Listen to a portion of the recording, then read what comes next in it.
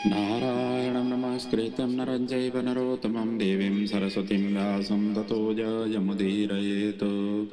व्यासाय विष्णुरूपाय व्यासरूपाय विष्णवे नमो वै ब्रह्मदेवाय वसिष्ठाय नमो नमः। गुरुर्ब्रह्मा गुरुर्विष्णु गुरुर्देव महेश्वरः गुरुर्साक्षात् परब्रह्म तस्मै श्रीगुरवे नमः। भक्ति भक्त भगवंत गुरु चतुर्नाम बपु एक, इनके भगवंदन किए नाशै विघ्न अनेक। बोलिए श्री भागवत भगवान की जय। पुराण पुरुषोत्तम भगवान की जय। श्री व्यासी महाराज की जय। श्री सद्गुरुदेव भगवान की जय। आइए श्रीमद् भागवत ज्ञानमयी गंगा की दशम स्कंद की कथा में हमें कल तक की कथा में पूतना का उद्धार, उनका हमने चरित्र का चिंतन मनन किया था और उसी प्रसंग के साथ में कल की कथा हमने विराम ली थी। आज वहीं से कथा को आगे बढ़ा रहे हैं। दशम स्कंद का एक पूर्वार्ध और उसमें से भी हम अभी 6 अध्याय तक की कथा कर पाए हैं। आज से 7वां अध्याय से कथा प्रारंभ कर रहे हैं। भगवान श्री कृष्ण की बाल लीला का श्रवण चिंतन मनन क्रमशः होता जाएगा। पूतना का उद्धार 6वें दिन में हुआ। जिस दिन भगवान की छठी मनाई जाती है उसी दिन पूतना का उद्धार हुआ, जिसकी हमने चिंतन कल किया। और आज अब आकर के शकटासुर और तृणावर्त का प्रसंग है। सुखदेव जी इन प्रश्नों को चिंतन करते हुए राजा परीक्षित को बता रहे हैं। यशोदा स्वयं बुद्धि के प्रतीक है, नंद जीव के प्रतीक है। जब ये दोनों दूर होते हैं तो कुछ न कुछ घटना हो ही जाती है। जीव ईश्वर से दूर हुआ कि दुखित हो जाता है। प्रभु में जब लग जाता है जीव, तब जाकर के उसको शांति मिलती है। शकटासुर के वध करते समय भगवान 108 दिन के हो गए थे। इसलिए यहां पर सुखदेव जी कहते हैं, कदाचिदोत्थानिक कौतुका प्लवे जन्म रक्ष योगे समवेतयोषिताम् वादित्र गीत द्विज मंत्र वाचकैश्चकार शूनो अभिषेचनम सती। कदाचित का यहाँ पर अर्थ है कि अंग परिवर्तन। जो सोते हुए बालक करवट बदले, और उस करवट बदलने का भी उत्सव हमारे शास्त्रों में वर्णन है। नंदराय ने, यशोदा मैया ने इसका भी उत्सव वहां पर उन्होंने सुसंपन्न किया। ये 3रे मास में किया जाता है। राजभवन में गोप गोपियां सभी इकट्ठा होकर के वो नाच गान करने लगे। यशोदा ने लाला को अभिषेक कराया। ब्राह्मणों ने स्वस्ति वाचन किया। स्वस्ति न इंद्रो वृद्धशवाः स्वस्ति नः पूषा विश्ववेदाः स्वस्ति न सार्चो अरिष्टनेमिः स्वस्ति नो बृहस्पतिर्दधातु।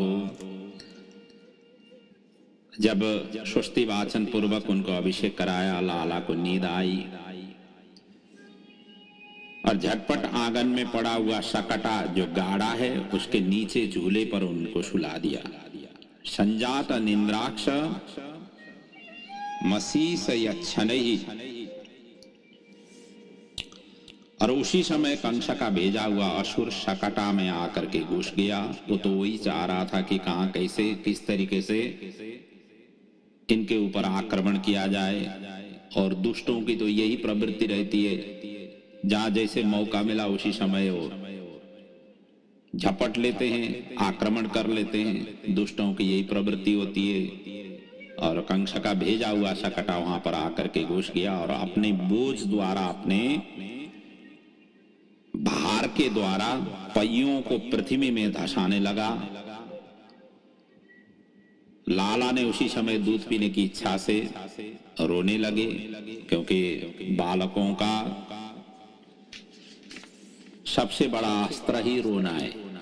इसलिए कहते हैं ना, बालानाम रोदनम बलम।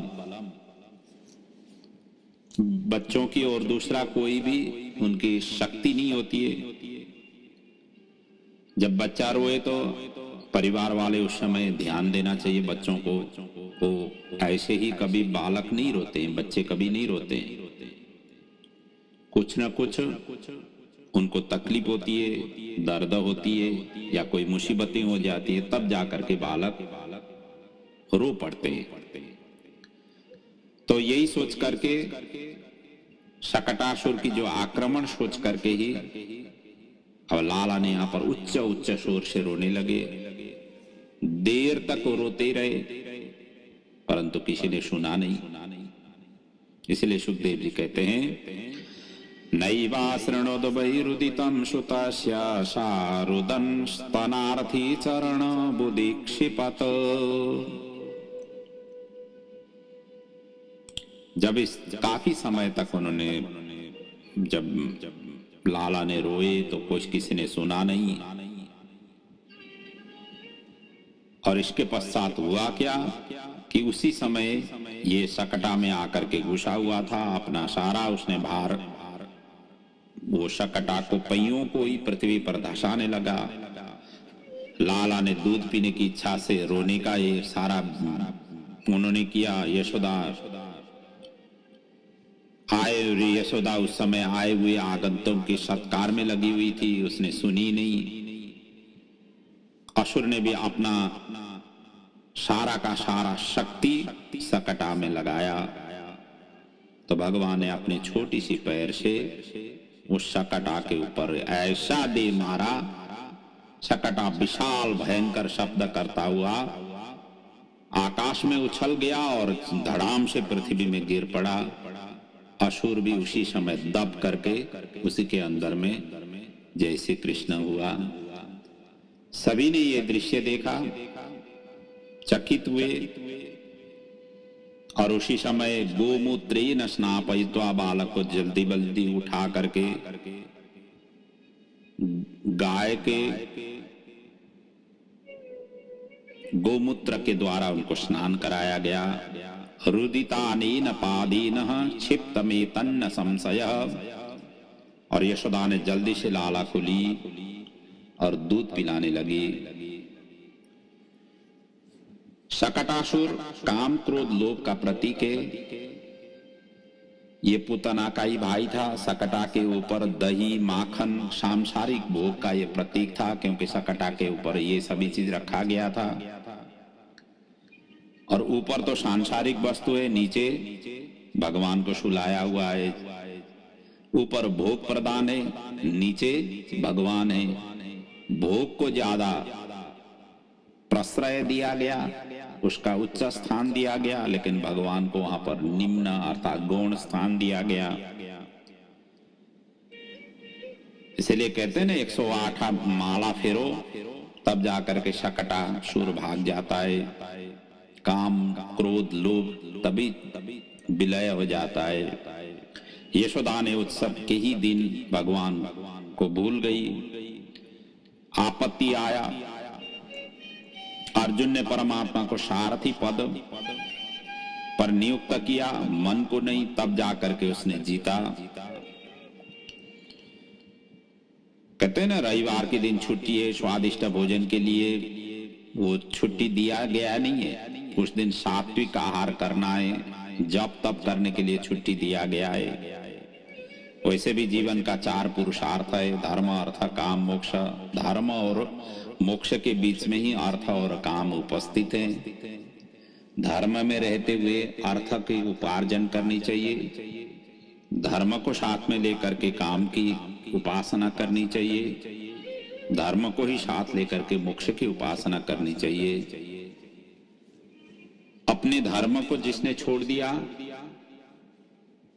न तो अर्थ स्थायी होती है, न काम स्थायी होती है, न मोक्ष ही प्राप्ति होती है। इस प्रकार की शकटासुर का यहाँ पर उद्धार का चिंतन मनन के पश्चात अब आगे तृणावर्त की कथा उनकी यहाँ पर चिंतन कर रहे हैं। एकदारोहमारूढ़ं लालयन्ती सुतं सतिः गरिमाण शिशुर्बूढं नशेः गिरिकूटवत्। एक दिन यशोदा ने लाला को गोदी में उठा नहीं पाई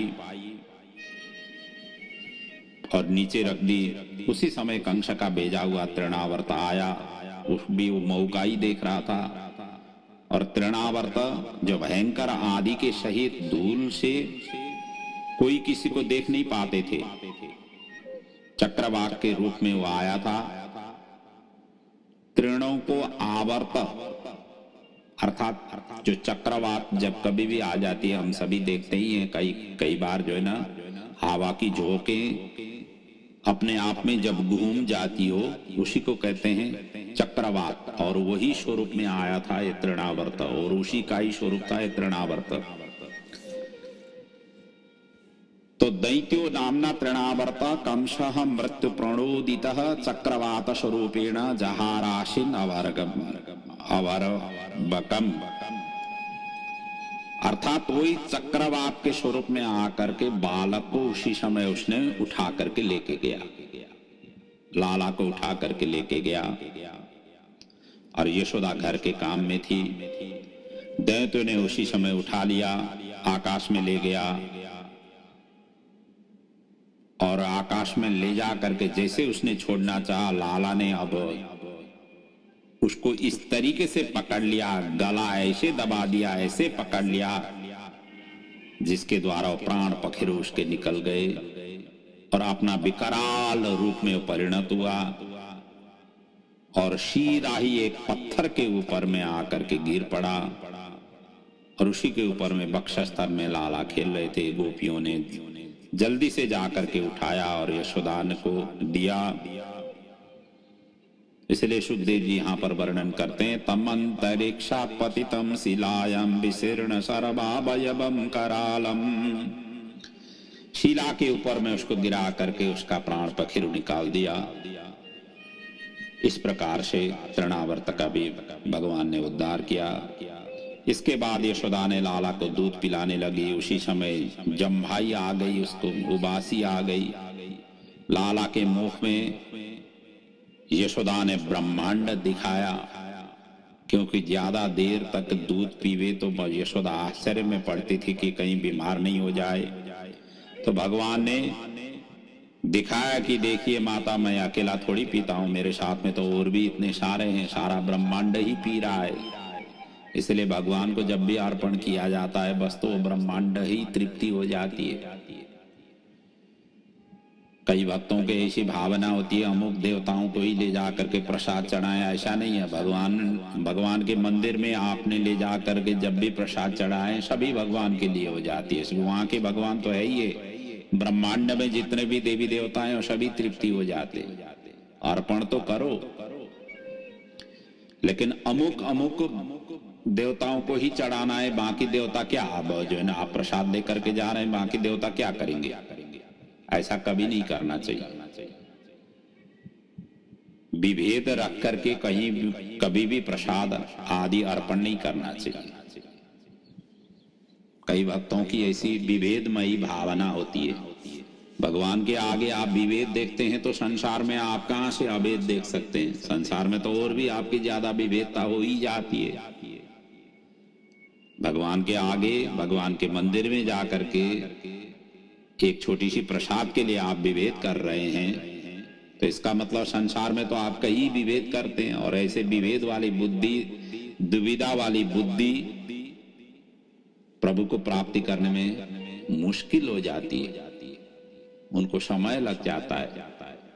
इसलिए हमेशा हमेशा अभेद बुद्धि से रहना चाहिए। यहाँ पर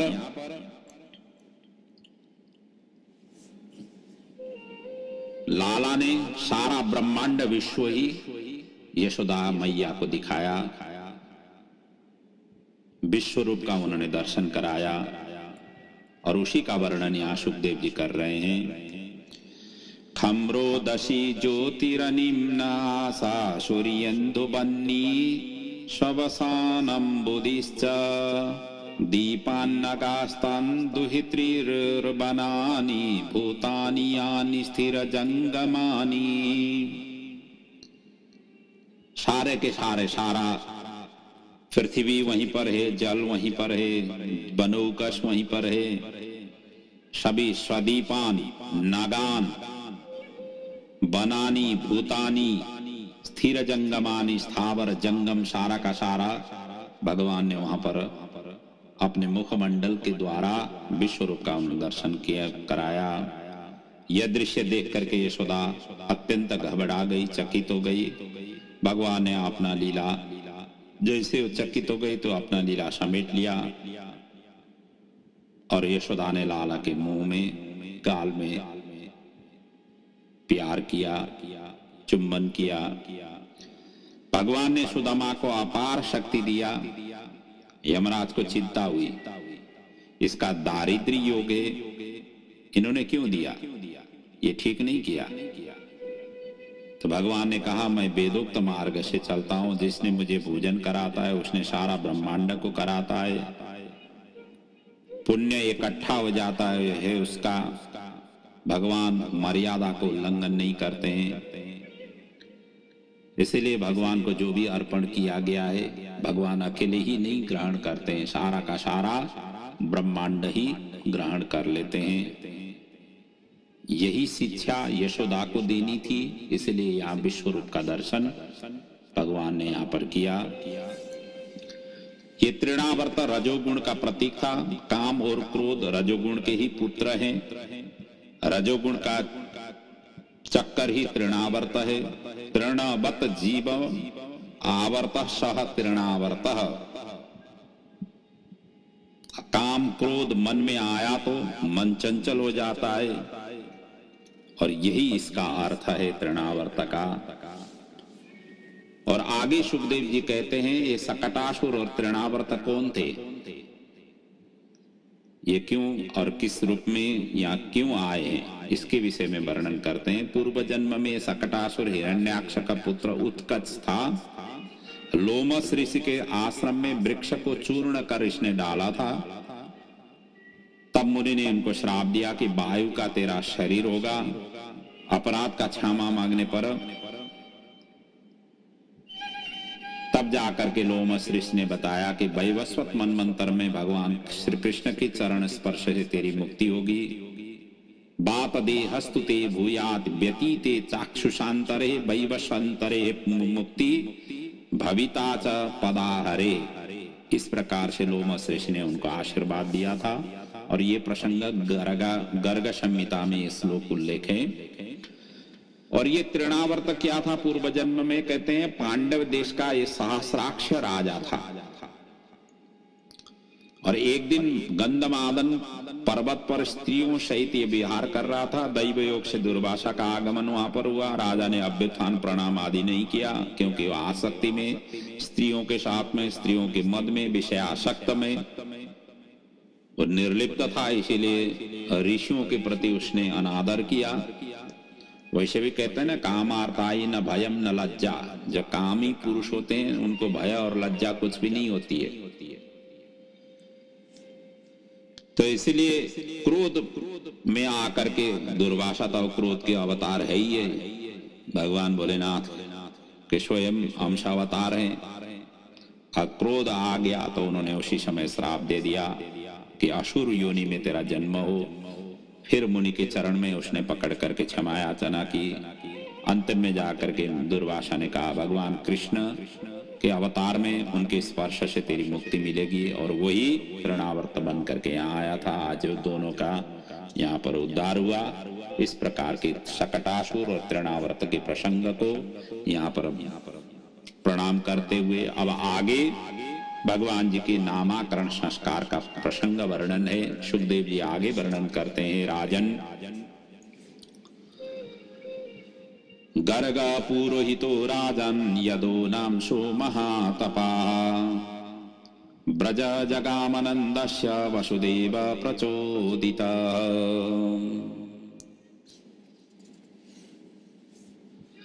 गर्गाचार्य यदुवंशियों के पुरोहित थे। वसुदेव के कहने से नंद के राजभवन में आए। उन्होंने प्रेरित किया कि जाइए। नंदराय ने सत्कार उनका किया बड़ी भव्य तरीके से, और बच्चों का नामकरण संस्कार के लिए उन्होंने प्रार्थना की। वैसे नंद बाबा तो संत ब्राह्मण के अनन्य भक्त थे ही, और अपने घर में सुपुत्र के जन्म होने के उपलक्ष्य में बड़े आनंदित तो थे ही, और नामकरण के लिए उन्होंने प्रार्थना की। वैसे नामकरण संस्कार शास्त्रीय विधि से दशरात्रि के पश्चात किया जाता है, इसलिए 11वें दिन में नामकरण का विधान ब्राह्मणों के लिए, क्षत्रियों के लिए 16 दिन, और कई लोग जो है 21वें दिन में जाकर के करते हैं। कई लोग 27 दिन जो नक्षत्र के हिसाब से 27 दिन के बाद में करते हैं, कई लोग जो है 1.25 महीने के बाद में करते हैं। अपने अपने रीति रिवाज के हिसाब से नामकरण संस्कार करने का विधान है। यहाँ पर कंस के भय से समय पर ये उपस्थित हो नहीं पाए, ऐसा संयोग बन नहीं पाया, एक तो ये समस्या रही, और दूसरा वसुदेव ने अपने ही कुल पुरोहित को भेजना चाह रहे थे। हालांकि नंदराय के अपने कुल पुरोहित थे होंगे, इधर वसुदेव के गर्गाचार्य ये कुल पुरोहित थे, तो इसीलिए ये कुछ विलंब के साथ में इनका नामकरण संस्कार हुआ, समय पर नहीं हुआ।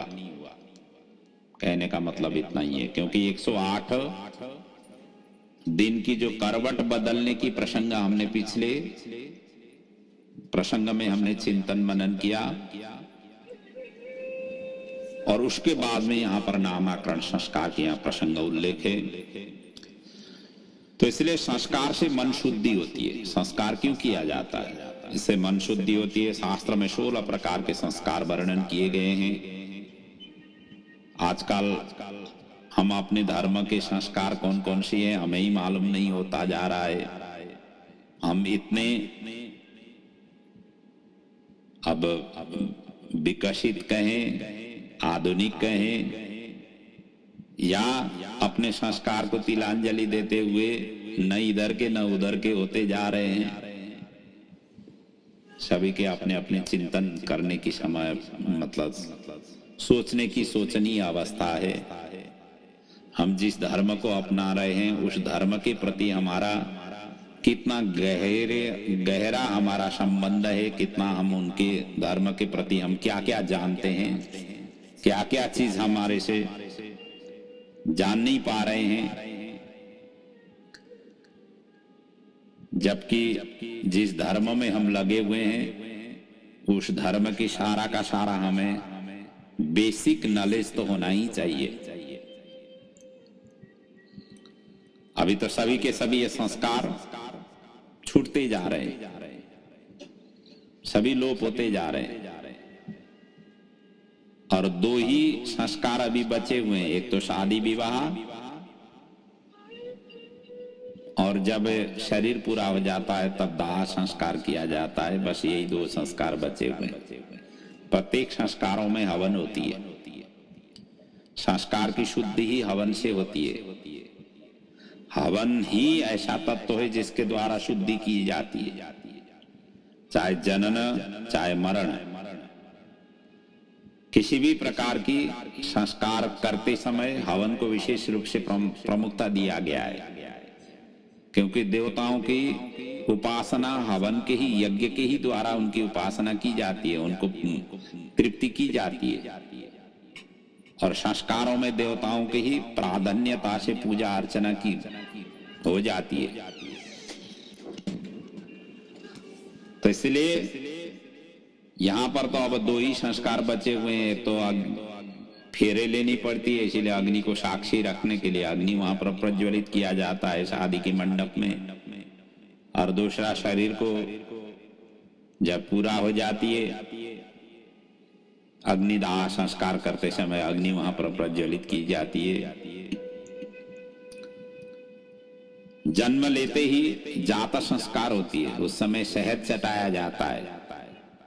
रामायण में इसका विस्तृत वर्णन है, जहां पर भगवान श्री राम जी प्रकट हुए, दशरथ जी ने गाय की घी और शहद दोनों मिला करके राम जी के मुंह में जैसे चटाने लगे, तब उन्होंने वशिष्ठ जी से अनुरोध किया कि आप वेद मंत्रों का उच्चारण करिए, वेद मंत्र के द्वारा हम इनको शहद चटाएं। लेकिन सभी के सभी वेद मंत्र भी वहां पर साक्षात मूर्तिमान बनकर के उपस्थित होकर के भगवान श्री राम जी के दर्शन कर रहे थे। इसलिए वशिष्ठ जी अवाक बन गए, मंत्र ही नहीं, वहां मूर्तिमान बनकर के उपस्थित हुए थे। इसलिए वशिष्ठ जी उत्तर देते हुए कहते हैं, तत्र वेदा वेदा भवंती। उस समय वो सभी को ब्रह्म संबंधकार हो रहा है, भगवान का साक्षात दर्शन करके वेद भी अवेद बन करके वहां उपस्थित हैं, वो मंत्र ही उच्चारण कर नहीं पाए, ऐसा वर्णन है। तो जाता संस्कार के समय में इस तरीके से किया जाता है। मधु प्राशन की विधि है उस समय। आजकल तो जन्म हॉस्पिटलों में होती है, प्रसूति गृहों में होती है, और वहाँ ये सब चीज हो पाता भी है, नहीं भी हो पाती है। और जिनको मालूम है वो तो करते भी हैं, और जिनको मालूम नहीं है वो तो उनको पता ही नहीं होता है। इसलिए सभी संस्कार लोप होते हुए जा रहे हैं।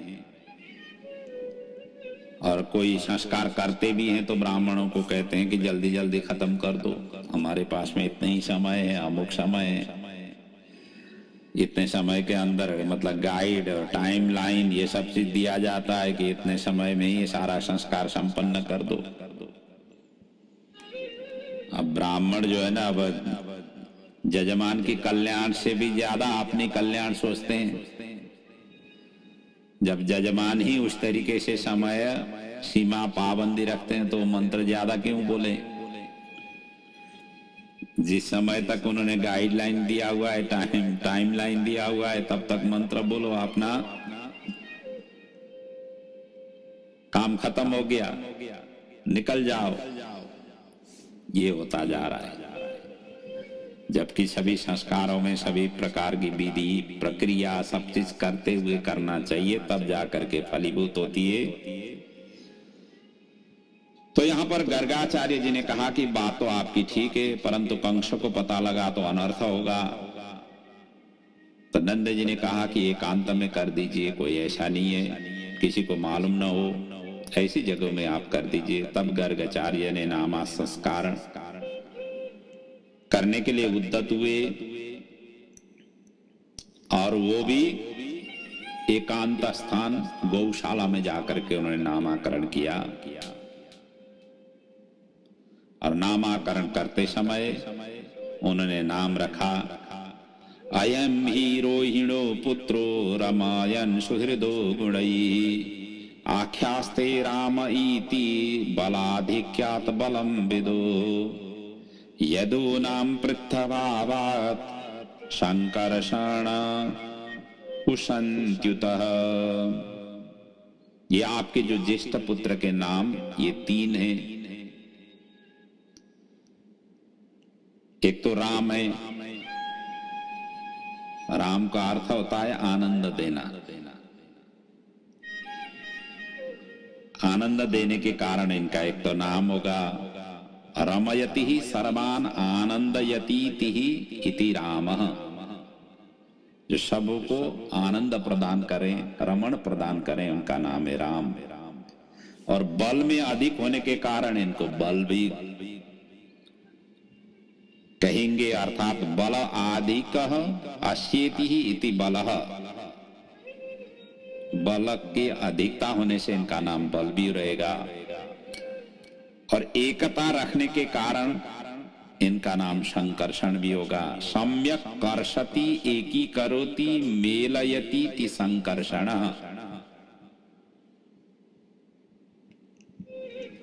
सभी को एक जगह रखने से इनका नाम संकर्षण भी होगा।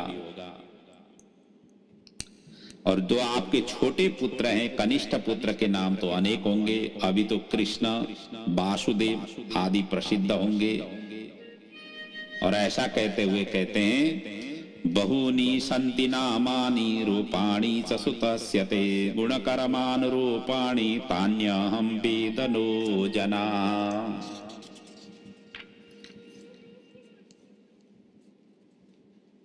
इसलिए जैसे जैसे इनके गुण और कर्म करते हैं वैसे वैसे इनके नाम होते जाएंगे, इसलिए इनका नाम अनेक होंगे। वैसे भी हम लोग भगवान के सहस्र नाम का पाठ करते हैं। भगवान के देवी देवताओं के सहस्र सहस्र नामों से उनका पुकारा जाता है। तो यहाँ इन्होंने कहा जैसे जैसे गुण कर्म होंगे उसी उसी हिसाब से इनके नामाकरण होते जाएंगे। इतना कहने के पश्चात कहते हैं कि सप्तम स्थान में इनका राहु है, बैठा हुआ है। इसके कारण इनके पत्नियां बहुत सारे होंगे। सप्तम घर में, जन्म कुंडली के सप्तम घर में यदि राहु बैठा हुआ हो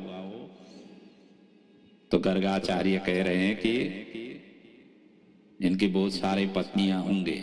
और आगे जाकर के वही सिद्धि भी हुई है। और यहाँ आगे भी कहते हैं कि इनकी जन्म कुंडली में नारायण के समान बाकी सभी ग्रह गोचर हैं, लेकिन नारायण से भी ये श्रेष्ठ है। नारायण में केवल 60 ही गुण है, 60 गुण है, और इनमें 64 गुण है। ये 64 जो 4 गुण अलग से हैं वो क्या क्या हैं? एक तो है रूप माधुरी, दूसरा है लीला माधुरी, तीसरा है वेणु माधुरी, और चौथा है प्रिय माधुरी। ये नाम नारायण में नहीं है, और ये 64 कला से युक्त रहेंगे।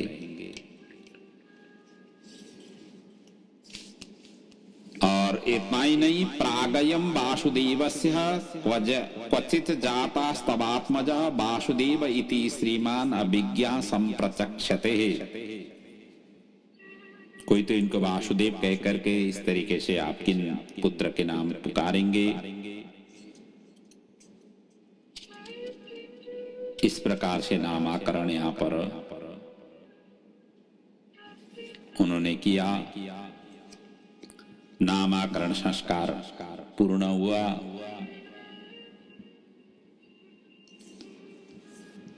गर्गाचार्य को भोजन की तैयारी किया गया, क्योंकि अब जब पूजा अर्चना हो जाती है तो ब्राह्मणों को भोजन आदि किया जाता है। आचार्य यमुना स्नान करने के लिए गए, खीर बनाया, भगवान को भोग लगाए और तुलसी दल चढ़ाया और स्तुति करने लगे। क्योंकि भोग लगाने के पश्चात स्तुति किया जाता है कि आराम से भगवान भोजन करें। ठाकुर जी को भोग अर्पण किए बिना, ठाकुर जी को प्रसादी अर्पण किए बिना अपने आप को भोजन भी नहीं करना चाहिए। सुबह हम जैसे नाश्ता आदि करते हैं, बाल भोग जो करते हैं, उस समय में ठाकुर जी को भोग लगाना चाहिए। दोपहर को जब हम भोजन करते हैं तब भी ठाकुर जी को भोग लगाना चाहिए। और संध्या काल में भी जब भी हम भोजन आदि करते हैं तब भी ठाकुर जी को भोग लगाना चाहिए। वृंदावन में तो ऐसा है, तीनों समय में ही बाल भोग, राजभोग और शयन भोग, इस तरीके से ठाकुर जी की सेवा होती है। और वही परंपरा अपने घर घरों में करना चाहिए। भले ही आप सुबह दूध का भोग लगाएं या कोई एक फल अमुनिया करके भोग लगाएं, दोपहर को जो आप भोजन बनाते हैं उस भोजन की ही आप भोग लगाएं। सायंकाल के समय में कुछ भी नहीं हुआ, या तो दूध या ड्राई फ्रूट हो या फ्रूट हो, और कुछ भी नहीं हो तो गुड़ या शक्कर। सत्यनारायण भगवान की कथा में आती है ना, शर्करा गुणम तथा, शक्कर या गुण की भी भोग लगाया जा सकता है। जब कथा सत्यनारायण की पूजा कर रहे हैं, कोई भी प्रसाद नहीं मिला तो गुण या शक्कर लगाया जा सकता है। तो अपने ठाकुर जी तो घर के ही हैं और राजी हो जाते हैं, लेकिन अर्पण करना चाहिए। और भोग लगाने के पश्चात यहाँ पर गर्गाचार्य स्तुति करने लगे आंख बंद करके, क्योंकि जब भोजन कराया जाता है भगवान को तब आंख बंद करना चाहिए। आंख ही हमारी पर्दा होगी कि अच्छी तरह से भगवान आरोगे, अच्छी तरह से भोजन करें, इसलिए उनके लिए प्रतीक्षा करनी चाहिए। और आंख बंद करके प्रार्थना करने लगे। शशंख चक्रम सकिरीट कुंडलम सपीत वस्त्रम सरसीरुहे क्षणम सहार वक्षस्थल कौस्तुभ श्रियम नमामि विष्णु शिरसा चतुर्भुजम। इस तरीके से स्तुति करने लगे। भगवान श्री कृष्ण आकर के तुरंत ही अब खीर भोजन करने लगे। इधर गर्गाचार्य ध्यान में मग्न और साथ साथ में माला फेरने लगे। तब तक ने भगवान ने जितने भी खीर आगे रख दिया था सभी को सफाचट कर दिया। माला जैसे पूर्ण होगी, गर्गाचार्य ने आंख खोला तो खीर तो वहां पर है ही नहीं। फिर वो स्नान करने गए गंगा यमुना जी में, फिर उन्होंने खीर बनाया, फिर भोग लगाए, फिर उन्होंने स्तुति गाया। भोग लगाते समय पुनः भगवान प्रकट होकर के सारा का सारा सफाचट कर दिया। जब तीसरी बार उन्होंने भोग प्रसाद बनाया, भोग लगाया, तुलसी दल अर्पण किया, स्तुति किए, त्वदीयं वस्तु गोविंदम तुभ्यम एव समर्पयेत। इस बार भगवान चतुर्भुज का दर्शन भगवान ने वहां पर गर्गाचार्य को कराया। गर्गाचार्य कृतकृत्य हो गए। ये है संतों का लक्षण। यदि गर्गाचार्य पहली बार में ही क्रोधित हो जाते तो शायद भगवान का दर्शन वहां पर नहीं हो पाता। भगवान बार बार परीक्षा कर लेते हैं। जो परीक्षा में खरे रूप से उतर जाता है उन्हीं को ही भगवान के ऊपर भगवान कृपा कर लेते हैं। भगवान पहले अपनाने से पहले अपने में अपनाने से पहले बार बार भगवान परीक्षा करते हैं। यहाँ गर्गाचार्य के 3 बार उन्होंने परीक्षा की, तब जाकर के भगवान ने अपना चतुर्भुज दर्शन कराया। इधर अब कृष्ण बलराम धीरे धीरे बढ़ने लगे और उसी का वर्णन करते हैं यहाँ पर सुखदेव जी।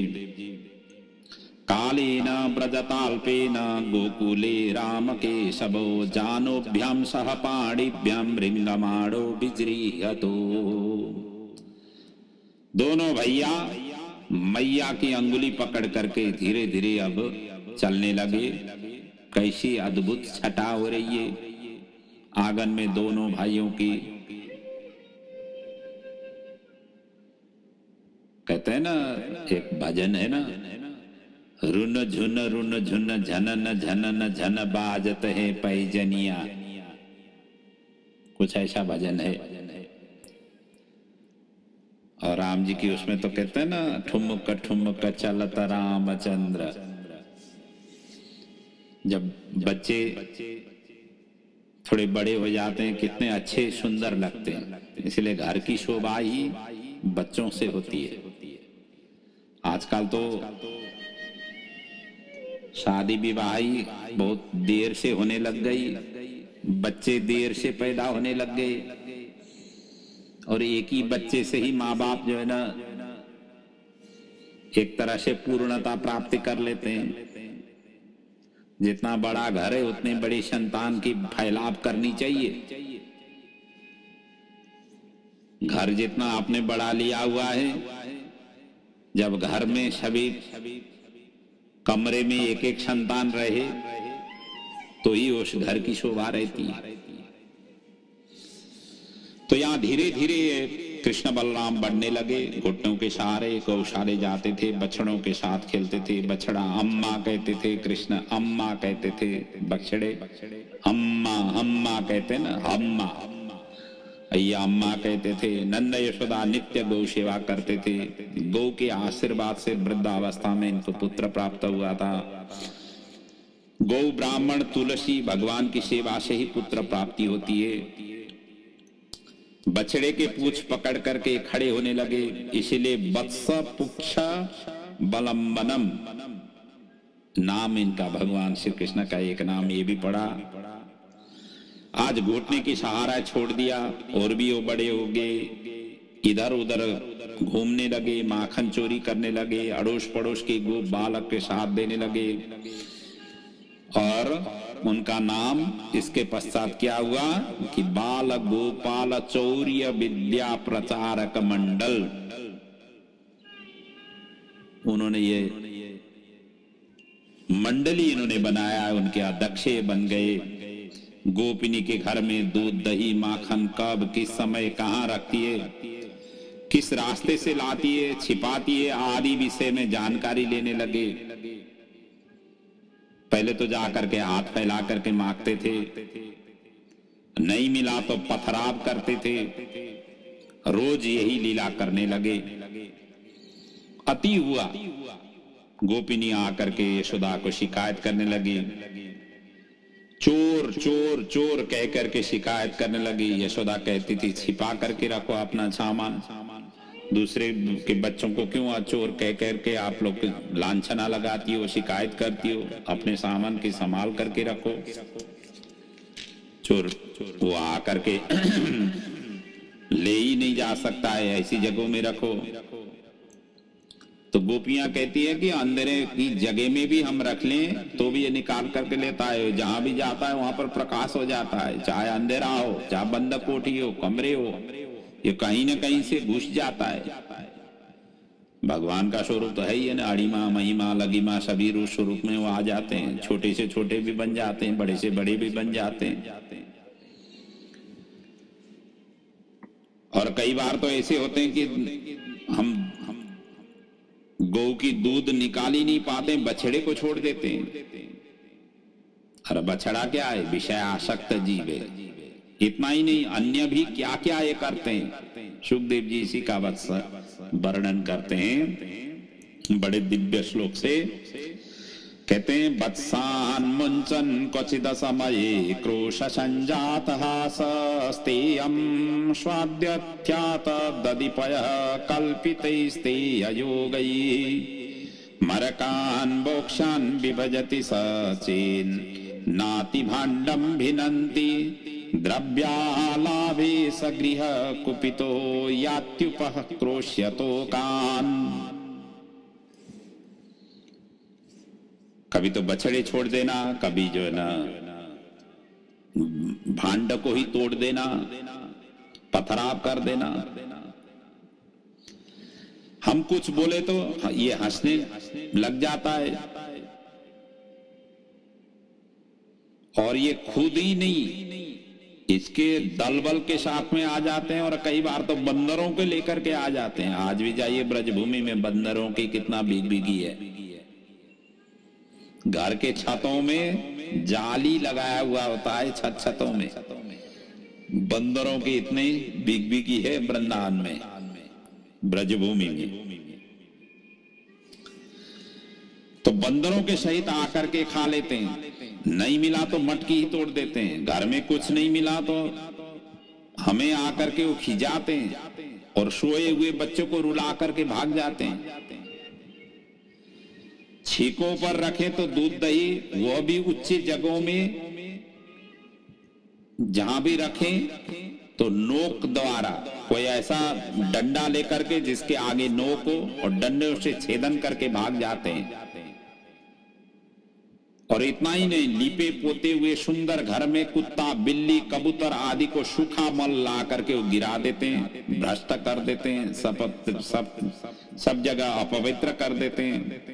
आप इसे साधु समझती है, परंतु ये हमारे घर में न जाने क्या कईयों उद्यम मचा जाता है, और इतना नटखट है।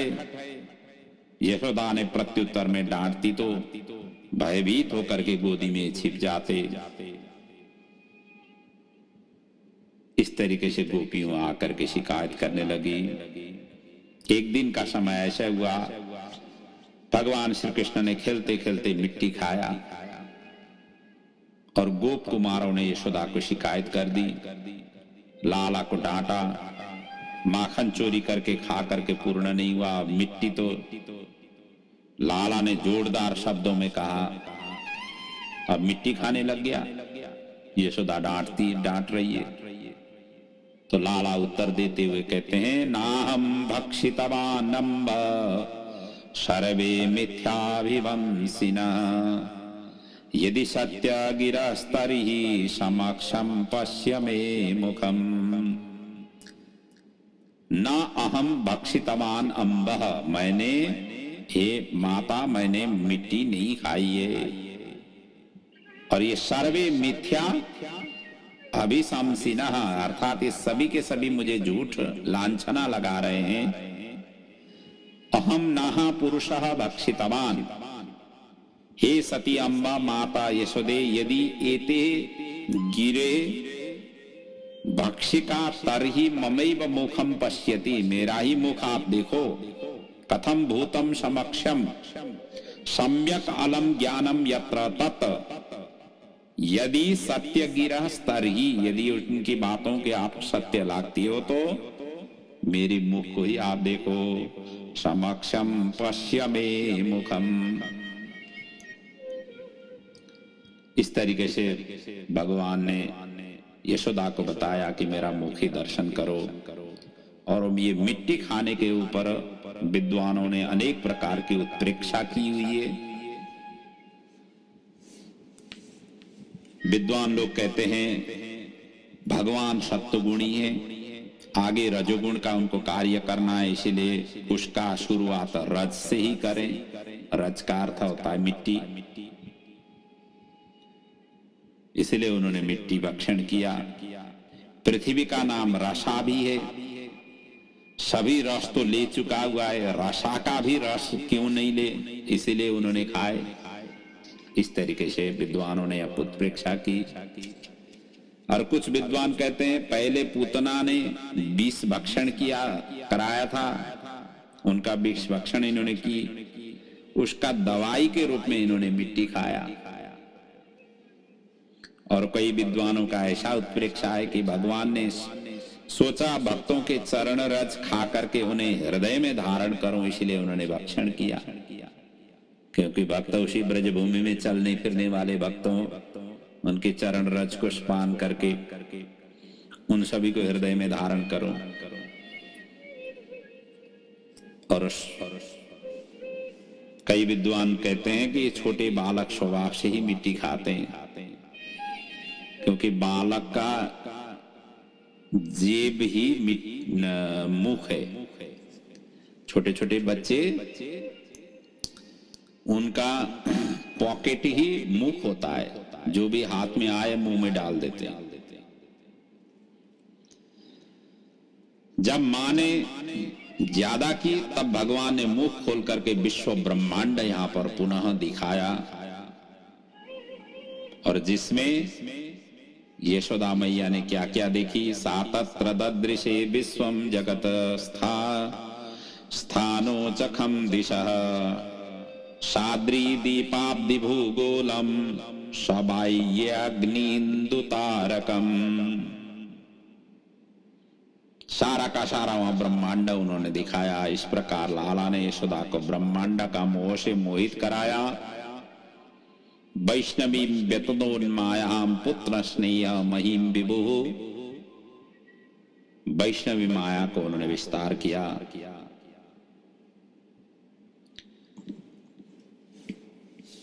तो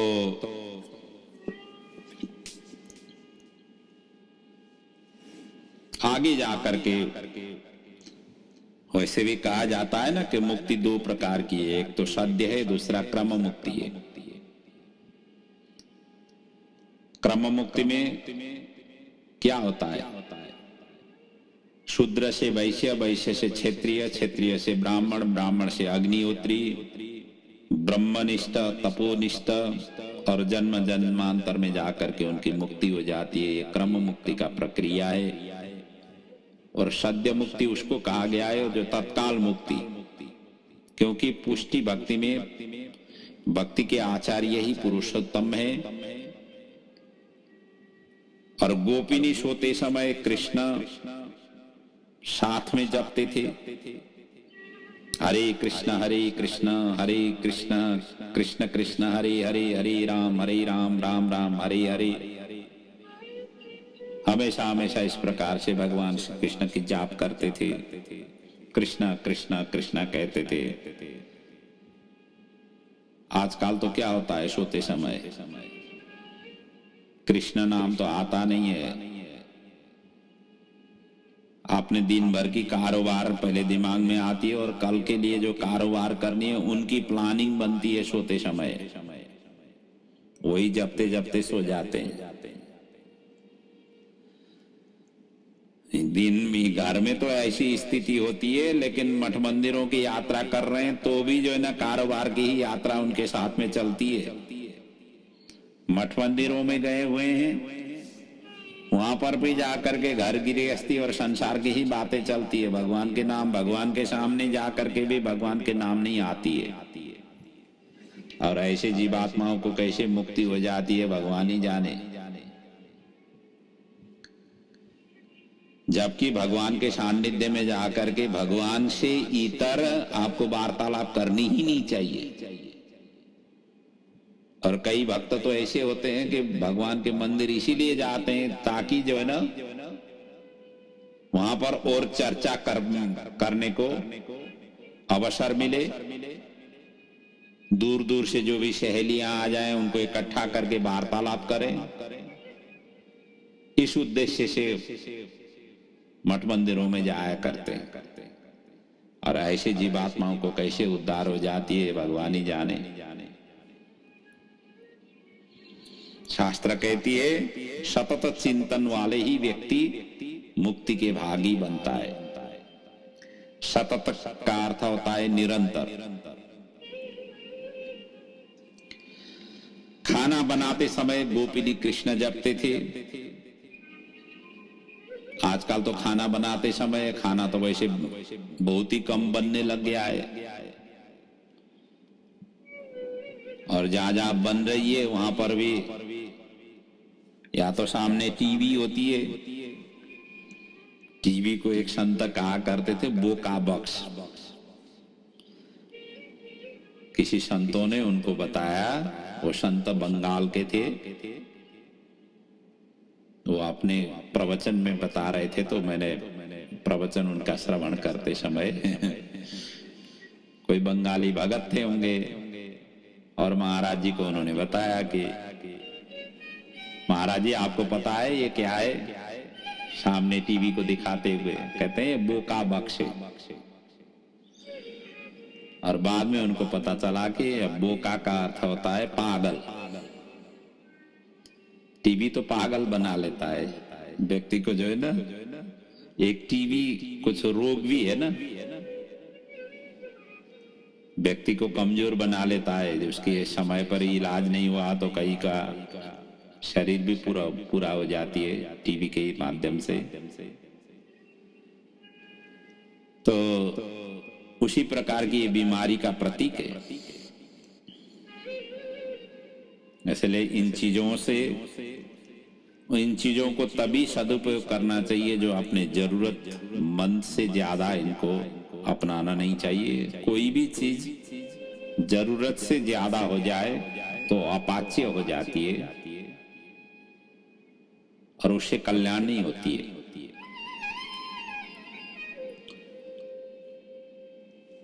तो वो हमेशा हमेशा गोपिनी इस प्रकार से जपते थे, सर्वत्र कृष्ण जपते थे। आजकल तो शिक्षित हुए नारी भगवान के नाम तो कम ही आती है। अनेक प्रकार की फिल्मी गाने हो या अंग्रेजी गाने हो, वासनामय गाने हो, ऐसे गाने वो गुनगुनाते में ज्यादा पसंद करते हैं। इसलिए गोपियों को भक्ति मार्ग के आचार्य कहे गए हैं। वैसे भी कहा जाता है ना, सब काम खत्म करके भक्ति करना ये मर्यादा भक्ति मानी जाती है। कई भक्तों के ऐसे होते हैं कि अमुक अमुक काम जो है ना खत्म करूं तब जा करके भक्ति करूं, तब जा करके कीर्तन में बैठ जाऊं, तब जा करके उपासना करूं, तब जा करके माला फेरूं। कई भक्तों के ऐसे स्वभाव होती है। और कई लेकिन प्रत्येक क्षण भगवान के लिए जो बात मतलब प्रत्येक क्षण भगवान के लिए जो जीते हैं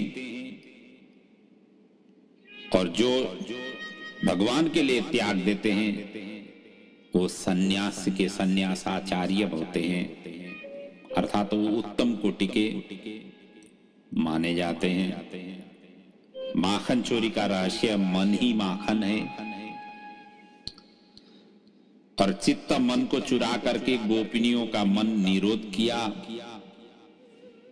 क्योंकि शरीर मरते मुक्ति नहीं मिलता, मन को मरना चाहिए। जब मन विलय हो जाता है, जब मन उथल पुथल करने में मतलब उथल पुथल नहीं करता हो, तब जाकर के मुक्ति मिलती है। मन ही ऐसा तत्व है जो सभी तरफ का बाधक है, और दूसरी शब्द में कहें तो मन ही ऐसा तत्व है जो सभी क्षेत्रों से उन्मुक्ति देने के लिए साधक भी है। इसलिए इस उपनिषद ने कहा हुआ है ना, मनैव मनुष्याणाम बंधनम मोक्ष कारयो। मन ही ऐसा शरीर में ऐसा तत्व है जो बंधन और मोक्ष इन दोनों के बीच में ये खड़ा है, और बंधन की ओर भी यही मन लगाता है, मोक्ष की ओर भी यही मन लेकर के जाता है। इसलिए मन को जिसने वशीकरण किया उसको ही जल्दी से भगवान प्राप्ति हो जाते हैं। अन्यथा लाखों जो कोई भी उपाय करें, उन सभी उपाय निरर्थक हो जाते हैं, सार्थक नहीं बन पाते। इसलिए मन को शुद्ध करो, मन को परिष्कृत करो, और मन को समझा बुझा करके करो। हठ योग में भी नहीं जाओ, हमने पिछले प्रसंगों में इनकी हमने चर्चा कर चुके हैं। मन को जबरदस्ती भी नहीं लगाओ, उनको समझाओ बुझाओ। जैसे हम छोटे छोटे बच्चों को समझाते हैं ना, बच्चों ऐसे नहीं करो वैसे नहीं करो, माँ बाप अपने बड़े उस तरीके से समझाते हैं, बच्चे मान जाते हैं। और कई बार तो ऐसे हैं, बच्चों को लालन पालन करते समय माताएं किस तरीके से समझाती, तुम्हें अमुक अमुक चीज हम खरीद देंगे। जब कोई भी ऐसे मार्ग में चलने की उद्यत हो जाते हैं तो उनको अनेक प्रकार की लालसा देख करके उनको मन से उसको समझाया जाता है। उसी प्रकार हमारी ये मन को समझाना चाहिए कि ये सही है ये गलत है। सही जो है उसको ज्यादा फोकस करने की मार्ग आगे बढ़ाना चाहिए, जो गलत है उसको गलत को बंद करने की ओर जाना चाहिए। और साधना यहीं से शुरू होती है। साधना कोई जंगलों में जा करके, तपस्वी भेष में जा करके, या अनेक प्रकार की वस्त्र धारण करके, अनेक प्रकार की तिलक धारण करके, अनेक प्रकार की मालाएं धारण करके साधना शुरू नहीं होती है। ये सब चीज वस्तु पदार्थ से साधना नहीं बन पाती है। साधना मन से शुरू होती है। और जिन्होंने मन को निरोध किया, जिन्होंने मन को समझा करके प्रभु की तरफ लगाया, उन्हीं का कल्याण होनी है। ये नंद यशोदा पूर्व जन्म में द्रोण तथा धरा नाम के वसु थे। धरती में जन्म लेने पर भगवान का प्रेम हो, ऐसा इन्होंने वरदान ब्रह्मा जी से मांगा था। इसीलिए उसी को पूरा करने के लिए भगवान ने इनके घर पुत्र बन करके आए और इनके अंग संग में रह करके इन्होंने लीला की। जो इनकी समस्त मनोकामनाएं भगवान ने इनको पूर्ण की। नंद बाबा के घर में इन्होंने 11 वर्ष तक जीवन प्रदान किया। 11 वर्ष की आयु तक ये गोकुल में रहे। इसके पश्चात ये वृंदावन की ओर यात्रा की और उसके पश्चात फिर द्वारिका या मथुरा में रहे। मथुरा के बाद में ये द्वारिका में गए। इस प्रकार के इनके जीवन चरित्र हैं। तो आज हम आज की प्रसंग को यहीं पर विराम ले रहे हैं और आगे नंदराय के घर में यशोदा मैया के साथ में और भी लीलाएं हैं। दधी मंथन लीला है, उल्लू खल में बंधने का लीला है और यमलार्जुन वृक्ष का उद्धार का, नलकुबर जो मणिकुबर के रूप में आए हुए थे उनका उद्धार है। आगे जाकर के बकासुर आदि का उद्धार का लीला का प्रसंग है। हम अभी गोकुल में ही हैं। तो आज हमने जो भी चिंतन किया, विश्व ब्रह्मांड का दर्शन, बालकों के साथ में गोपियों के बीच में जो माखन चोरी से लेकर अनेक प्रकार की लीलाओं की चिंतन मनन किया। आगे की लीलाओं को अब अगले पड़ाव में पुनः चिंतन मनन करेंगे। आज के प्रसंग को यहीं पर विराम ले रहा हूं। श्रीमद् भागवत की कथा, भगवान श्री कृष्ण की दिव्यतम 10वें स्कंद की कथा, इनके श्रवण और चिंतन मनन से आपका जीवन परिवर्तन हो, आपका जीवन सुमधुर हो, आपके खानदान, आपके वंश और आपके आने वाले पीढ़ी और जो बीते हुए पीढ़ी सभी के लिए उद्धार हो। यही प्रभु के चरणों में, भागवत भगवान के चरणों में वंदन करते हुए मैं इस वाणी को यहाँ पर विराम ले रहा हूँ। ओम पूर्णमदः पूर्णमिदं पूर्णात् पूर्णमुदच्यते पूर्णस्य पूर्णमादाय पूर्णमेवावशिष्यते। बोलिए श्री भागवत भगवान की जय। पुराण पुरुषोत्तम भगवान की जय। सद्गुरुदेव महाराज की जय।